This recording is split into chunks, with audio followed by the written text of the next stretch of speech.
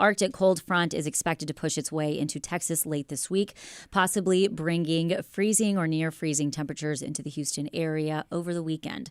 But the chances of snow are currently low. As of Tuesday, the National Weather Service Houston Galveston office forecasts a strong cold front arriving to the greater Houston area late Friday into Saturday. The front is expected to usher in the coldest temperatures of the season so far this year, and that was according to the NWS.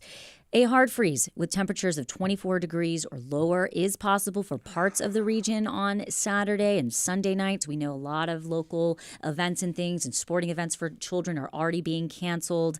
And residents are being urged to prepare for the cold, especially those with exposed pipes, pets, and sensitive plants.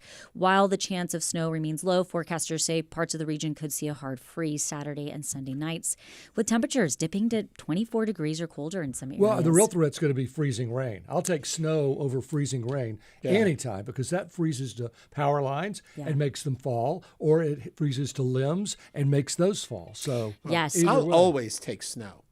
Yeah. No matter what. Yes, well, you know who sure. we're going to take right now? We're actually going to take KTRK 13 meteorologist Travis Herzog is going to help us break this down and geek out with our weatherman, with our own meteorologist We got lots of here. weather going on. Frank. Hi, Travis. Frank and friends, it's good to be back. How are y'all? We're good. We were just talking. The freezing rain could be a real nightmare. And I've been watching you on air, and the American model and the European model are still not quite in agreement on what we're going to get when. So what's your take? Well, my take is just historically, when you look at which computer models handle Arctic air the best, the American model usually wins out over the European model. And so I am concerned that we're going the route of the American model, which would bring freezing rain well into Houston. For example, I was looking at the overnight runs of the European model. Suddenly it shows us in the 70s on Saturday. I really don't think that's going to happen. Right. That's not happening when Arctic air comes in. Right. And in fact, the European model I was just looking at suggests that this icy event really isn't a player for us. But as you say, the American model, hold on, get ready for it. Yeah, and I think you nailed it, Frank, that the concern is freezing rain. I'd even take sleet over freezing rain because sleet's not going to stick to power lines the way that freezing rain can. It just leads to that icy glaze over everything. Mm-hmm. And I think if we're going to get into trouble here, it's going to be starting Saturday night when the freeze line tries to dip into Houston. And the American model is showing a second wave of precipitation now coming through on Sunday. And that's when we've already got temperatures at or below freezing across most of southeast Texas. So I think right now, Saturday, we might be business as usual. It's a cold rain if we get anything, but it stays above freezing more than likely. But then Saturday night and Sunday, that's when I think we could start to see icy bridges, overpasses, power issues. That's settling in for the second half of the weekend. You know, I made the point yesterday, people don't realize, Travis, that our whole highway system is bridges. Every time you cross over Chimney Rock, you're crossing a bridge, you know. It's all one bridge after another. And even the surface streets, there's so many bayous and channels across the city that you're going across bridges more than likely on your way to work, school, or what have you. Yeah, we're really a city of bridges, but we don't think of it that way. We think of it as a city of traffic. Exactly. Travis, you don't want to be in a city like this when we've got ice on the road. Exactly. Yeah, as you and Frank have been talking about the two different models kind of disagree with each other, the American model, the European model, I'm curious, how soon do they merge? At what day will we be looking that we'll have a much clearer view of what's actually going to happen, or won't we know until it actually hits? Well, this is a very shallow Arctic air mass, meaning it doesn't extend very high into the atmosphere. And that's why we're getting freezing rain. And honestly, the European model just doesn't handle those types of situations very well. So I wouldn't be surprised if we didn't see agreement until 24 hours in advance when it finally catches on to the cold air that's actually coming in. Any idea on, let's say the American model, for argument's sake, is right. Any idea on what the thickness and amounts of freezing rain? Because I know it's a lot different from city to city. What do you think in the Houston area? A quarter inch? More than that? I'm thinking we could get up to a quarter of an inch easily. If we're on the lower side, we're looking at a tenth of an inch or less, but it only takes a few hundredths of an inch to create that slick glaze on a bridge. So regardless, I think we're probably leaning towards getting into issues with the roadways. The concern will be if we get those quarter inch or greater totals, that weight of ice on the power lines and tree branches, that's when the things start coming down. And Frank, you remember vividly the January 97 freezing rain event that we had here in Southeast Texas. I hope we don't go that route. It doesn't look like it's going to, but that's always on top of our mind. Yeah, that was a tough one. And I remember I was doing some teaching at University of St. Thomas in addition to being on TV. And I had to cancel classes. I bet. That's for sure. It's bad. I know. So let me ask you, when do we get out of it? Whatever we get into, it looks like Saturday night. When do we finally see a break? Yeah, part of that, Frank, hinges on just how much frozen precip comes down. But right now, I'm thinking there's a legitimate chance that we stay below freezing all day on Sunday, especially if we get that second wave of precipitation. Then we go way down into the gutter on Monday morning when it comes to the temperature. We're talking upper teens, low 20s across Southeast Texas. And it wouldn't be until Monday afternoon that we get ample sunshine and things start falling out. And then any moisture that's left over Monday night would refreeze again for Tuesday morning. But by Tuesday afternoon, we should be completely done with the hard freezing part of this winter weather event. We know, Travis, I was introduced to an interesting situation that I had not thought of. I'm hearing rumors they're going to close the causeway, quite possibly. So if people are going out on a cruise out of Galveston on Sunday, they need to get to Galveston Saturday. And I know I didn't ever think of that, but if they close that causeway and you have plans for Galveston on Sunday, you might be in real trouble. They may not have to close it, but if they're planning, that's the causeway is an interstate highway. That's part of I-45. Right. So that makes me wonder then what would happen with the ferry. Would they close the ferry down as well if you tried to get down through Bolivar? Well, you know what? I doubt they would close it, but getting to the ferry would be the issue. Yeah. Because without that causeway, you could go down 288 to Lake Jackson and come back, but that could be perilous because you have that bridge that goes right over the bay there, the one that you can almost touch the water when you're driving. So that Blue Water Highway bridge. So it's going to be precarious. I don't know. What do you think? Do you think we could see freezing all the way to the coast? I think we certainly can. I'm seeing a lot of guidance indicating that the freeze line is going to make it all the way down to the coastline. And then, of course, we've got the issue on Sunday night when we probably all are well below freezing. If you got some of that sea spray coming up with the wind kicking up, spraying water on the causeway, that can certainly lead to the same kind of icy situation. And it needs to be said, too, that if you had travel plans anywhere to the northern part of Texas this weekend, you need to reconsider. It'll be almost impossible to travel across much of the state because this is not just a Southeast Texas event. It is going to be far worse off to our north, closer to the I-20 corridor. Have you heard anything about roads being sanded yet? We heard reported yesterday that TxDOT is preparing to start the process of treating roadways, but I'm not exactly sure when that's going to begin. Yeah. So from all I'm hearing this, my mind goes to when should I start wrapping my pipes and how long are they going to be wrapped up?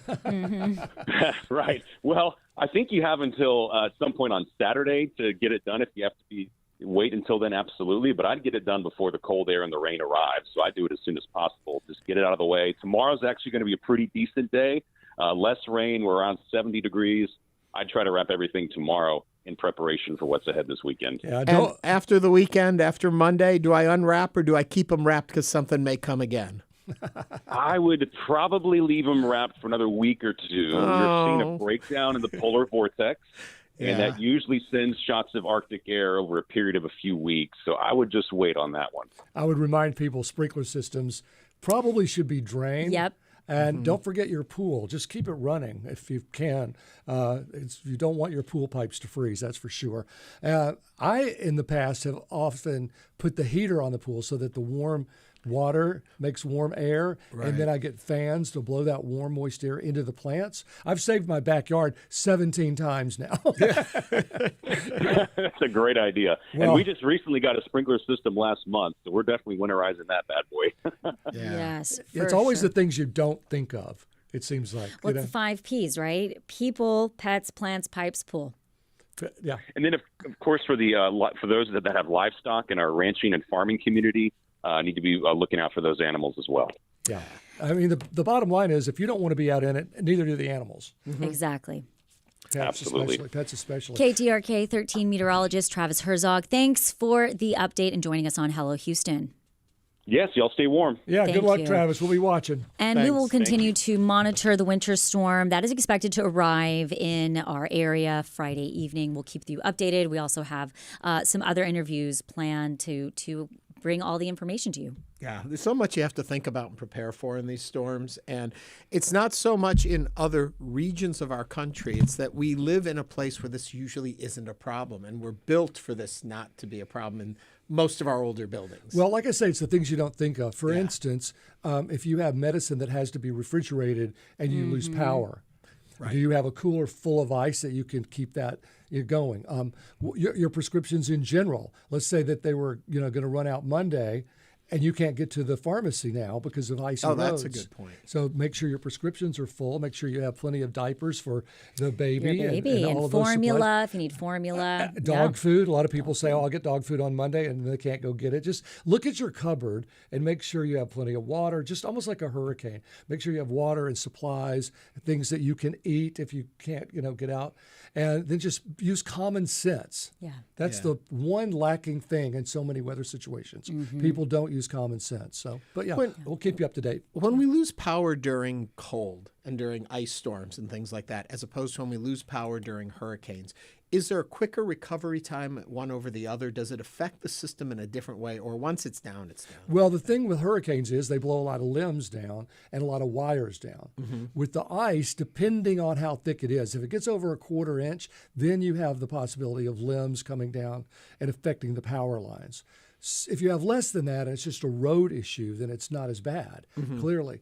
And then some hurricanes come through and they don't knock everything crazy. But generally, I would say you're in worse shape longer after a hurricane than an ice storm. But like Travis said, we haven't really had a significant ice storm since 1997. We've had a few glazy issues, but a big ice storm that really had trees and branches falling and ice on the wire lines and the lines, that we haven't had that in 30 It's years. interesting though, when you talk about an ice storm, how much of that is when it seems to have a very negative impact on the area is correlated with wind? Well, certainly if a branch is already heavy with ice, and then a little wind gust comes along and knocks it down.